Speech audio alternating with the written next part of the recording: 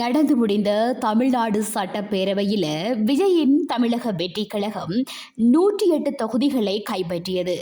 ஆட்சியமைக்க தேவையான 118 தொகுதிகளை பெற மற்ற கட்சிகளிடம் ஆதரவு கோரி வந்தது. இதுல காங்கிரஸ் நேற்று முன்தினம் ஆதரவு தெரிவித்திருந்த நிலையில சிபிஐ, சிபிஎம், பிசிக உள்ளிட்ட இடதுசாரிகளிடமும் ஆதரவு கோரி வந்தது. இந்நிலையில தற்போது விஜய்க்கு மேலும் ஒரு ஆதரவு கிடைத்திருக்கிறது. தொடர்பில் பார்க்கலாம் வாங்க.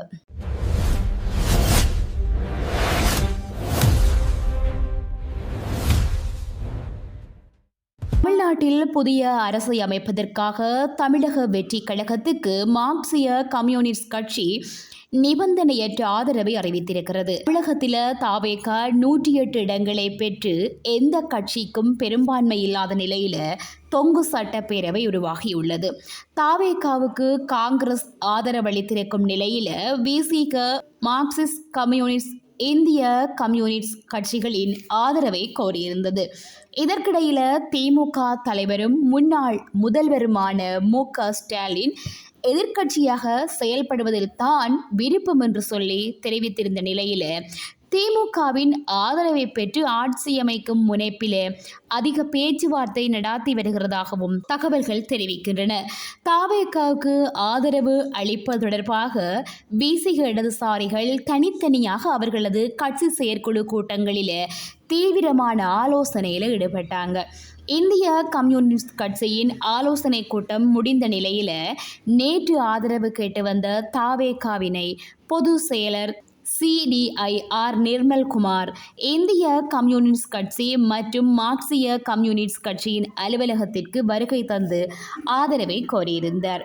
தமிழ்நாட்டில் புதிய அரசை அமைப்பதற்காக தமிழக வெற்றி கழகத்துக்கு இந்திய கம்யூனிஸ்ட் கட்சி நிபந்தனையற்ற ஆதரவை தற்போது அறிவித்திருக்கிறது. இந்நிலையில தமிழ்நாட்டில் புதிய அரசை அமைப்பதற்காக தமிழக வெற்றி கழகத்துக்கு மார்க்சிய கம்யூனிஸ்ட் கட்சியும் நிபந்தனையற்ற ஆதரவை அறிவித்திருக்கிறது.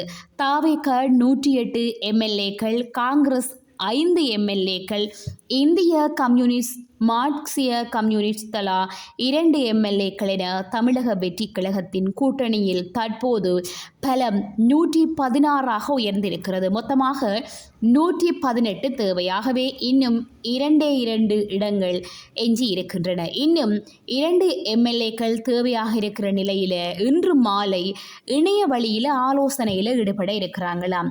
அவர்களும் தங்களது ஆதரவு கடிதத்தை வழங்குவார்களா என்ற சந்தேகம் எழுந்திருக்கிறது. பெரும்பான்மை கிடைத்தும் ஆட்சி அமைக்காமல் தமிழக வெற்றி கழக தலைவருக்கு இன்று வரை போராட்டம் நீடித்து கொண்டே செல்லுகிறது. எங்கே போய் முடிய போகிறது என்று தெரியவில்லை. மற்ற 2 ஆதரவும் எந்த கட்சி தரப்பிலிருந்து வரப்போகிறது என்பதனை பொறுத்திருந்து பார்க்கலாம். இந்த காணொளி உங்களுக்கு பிடிச்சிருந்தா சப்ஸ்கிரைப் பண்ணிக்கொள்ளுங்க. மேலும் இது போன்ற தகவல்களை தெரிந்து கொள்ள பெல் ஐகானை கிளிக் பண்ணி இணைந்திருங்கள்.